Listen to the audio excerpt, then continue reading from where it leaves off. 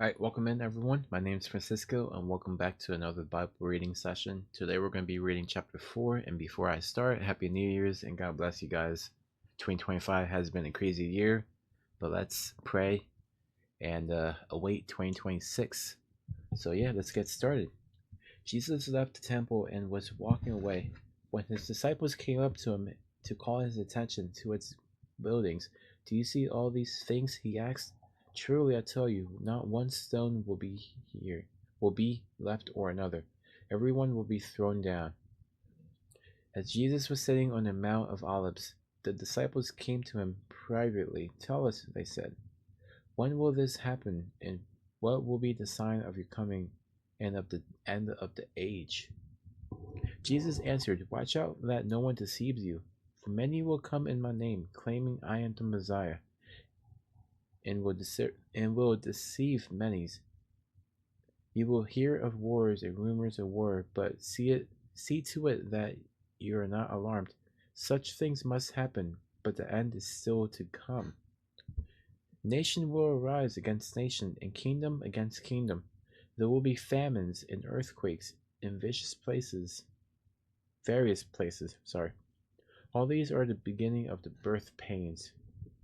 Then you will be handed over to the persecuted and put to death, and you will be hated by all nations because of me. At that time, many will turn away from the faith and will betray and hate each other. And many prophets will appear and deceive many people. Because of the increase of the wickedness, the love of most will grow cold. But the one who stands firm to the end will be saved. And this gospel of the kingdom will be preached in the whole world as a testimony to all nations, and then the end will come. See when you are standing in the holy place the abomination that causes desolation spoken of through the prophet Daniel. Let the reader understand that. Then let those who are in Judah flee to the mountains. Let no one on the housetop go down to take anything out of the house. Let no one in the field go back to get their cloak. How dreadful it will be in those days of pregnant women and nursing mothers. Pray that your flight will not take place in the winter or in the Sabbath, for then there will be great distress unequaled from the beginning of the world until now, and never to be equaled again. If those days had not been cut short, no one would survive but the sake of the elect. Those days will be shortened at that time. If anyone says to you, 'Look, here is the Messiah,' or 'There he is,' do not believe it, for false messiahs and false prophets will appear and perform great signs and wonders to deceive, if possible, even the elect. See, I have told you ahead of time.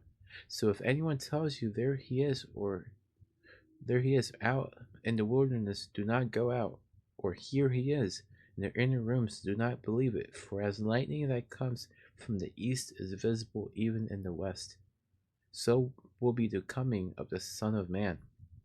Wherever there is a carcass, there the vultures will gather. Immediately after the distress of those days, the sun will be darkened, and the moon will not give its light, and the stars will fall from the sky, and the heavenly bodies will be shaken. Then will appear the sign of the Son of Man in heaven. And then all the peoples of the earth will mourn when they see the Son of Man coming on the clouds of heaven with power and great glory. And he will send his angels with a loud trumpet call, and they will gather his elect from the four winds, from one end of the heavens to the other. Now learn this lesson from the fig tree. As soon as its twig gets tender and the leaves comes out, you know the summer is near. Even so, when you see all these things, you know that it is near, right at the door. Truly I tell you, this generation will certainly not pass until all the earth will pass away, but my words will never pass away. But about that day or hour no one knows, not even the angels in heaven, nor the Son, but only the Father. As it was in the day of Noah, so it will be at the day So it will be at the coming of the Son of Man. For in the days before the flood, people were people were eating and drinking, marrying and giving in marriage, up to the day Noah entered the ark. They knew nothing about what would happen until the flood came and took them all away. This is how it will be at the coming of the Son of Man. Two men will be in the field, one will be taken and the other left. Two women will be grinding with a handmill, one will be taken and the other left. Therefore keep watch, because you do not know on what day your Lord will come.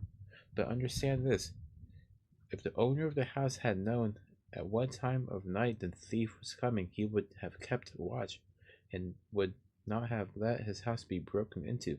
So you also must be ready, because the Son of Man will come at an hour when you do not expect him. Then who is the faithful and the wise servant whom the master has put in charge of the servants in his household, to give them their food at the proper time? It will be good for that servant whose master finds him doing so when he returns. Truly I tell you, he will put him in charge of all his possessions. But suppose that the servant is wicked, and he says to himself, "My master is staying away a long time," and he then begins to beat his fellow servants, and to eat and drink with drunkards. The master of that servant will come on a day when he does not expect him, at at an hour he is not aware of. He will cut him into pieces and assign him a place with the hypocrites, where there will be weeping and gnashing of teeth. And with that being said, this is chapter 4. Thank you for listening. God bless. And yeah, Happy New Year's, guys.